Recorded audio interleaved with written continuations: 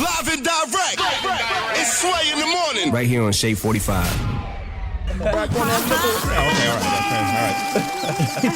Wow, Yo, man. I'm waiting for you, man. Yes, sir. Luke James, Thank you, man. He got the project out, Whispers in the Darkest, for free, and you got like 11, intro and outro, so you got about 9 songs on this. And it's interesting to me when you have this kind of talent, and it's like you said, you haven't had that hit. I Want You was a hit. You got Grammy. To me, that was, you got a nomination for a Grammy for that. Yeah. That's a hit. Right? To the people. For the people. For the people. Yeah. And that's really all you need. That's all I I want. don't care about the industry. They don't get it yet. They'll get it later. Yeah. I remember when Jill Scott came out. What was the title of her first album? Who's Jill Scott? Was that it?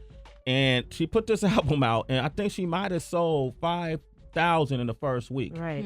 But she consistently sold 5,000 for an entire year, and ended up, having a damn near multi-platinum album. All right, and that was the kind of organic swell I would think. Well, even I mean, I look at R&B music. That's what it is. It's not like hip hop, because hip hop is more like a sport. It's kind of that. It's kind of like competitive. Let me sell this much in the first week kind of thing.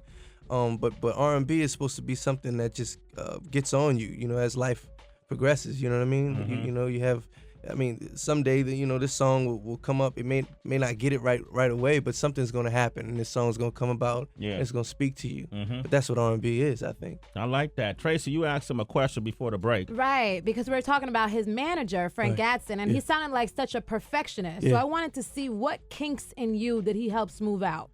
We've just kind of honed in on to what it is that I do, and we realized that all I need is a mic and a light. I don't need dancers. I don't need no pyros and none of that. I am the pyro.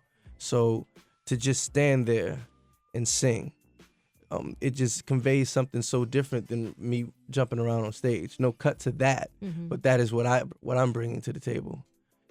Just a feeling, more like James Brown did. He could just stand there and sing, "It's a Man's World." Right.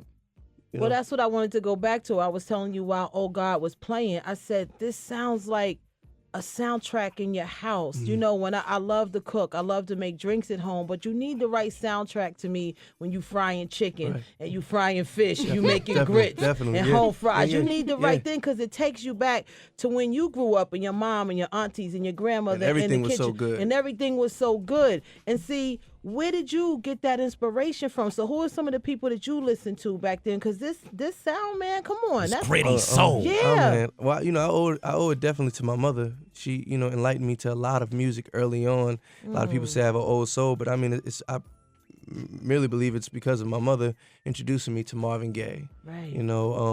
Al Green, Otis Redding, Aretha Franklin, and then even introducing me to country music.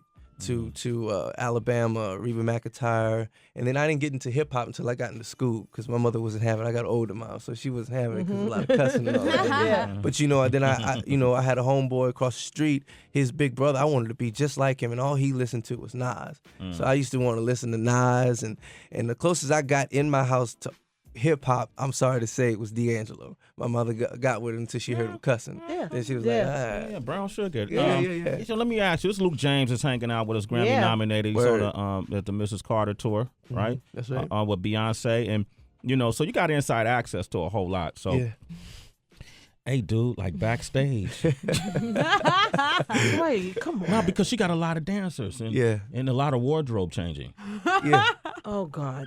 How much naked ass are you seeing backstage, though? You know what's crazy, man? They got that thing locked up like Fort Knox. What? You can't see no naked dancers? Listen, man, she's like, she is, I guess, hip hop's first lady kind of thing. Yeah. You know what I mean? Because it's just with pop culture, that's who she is. Yeah. And they lock it down. Security out the yin yang. Once her show starts, none of that running back and forth. That doesn't happen. No, they're pretty secure back there. I mean, it's a beautiful thing.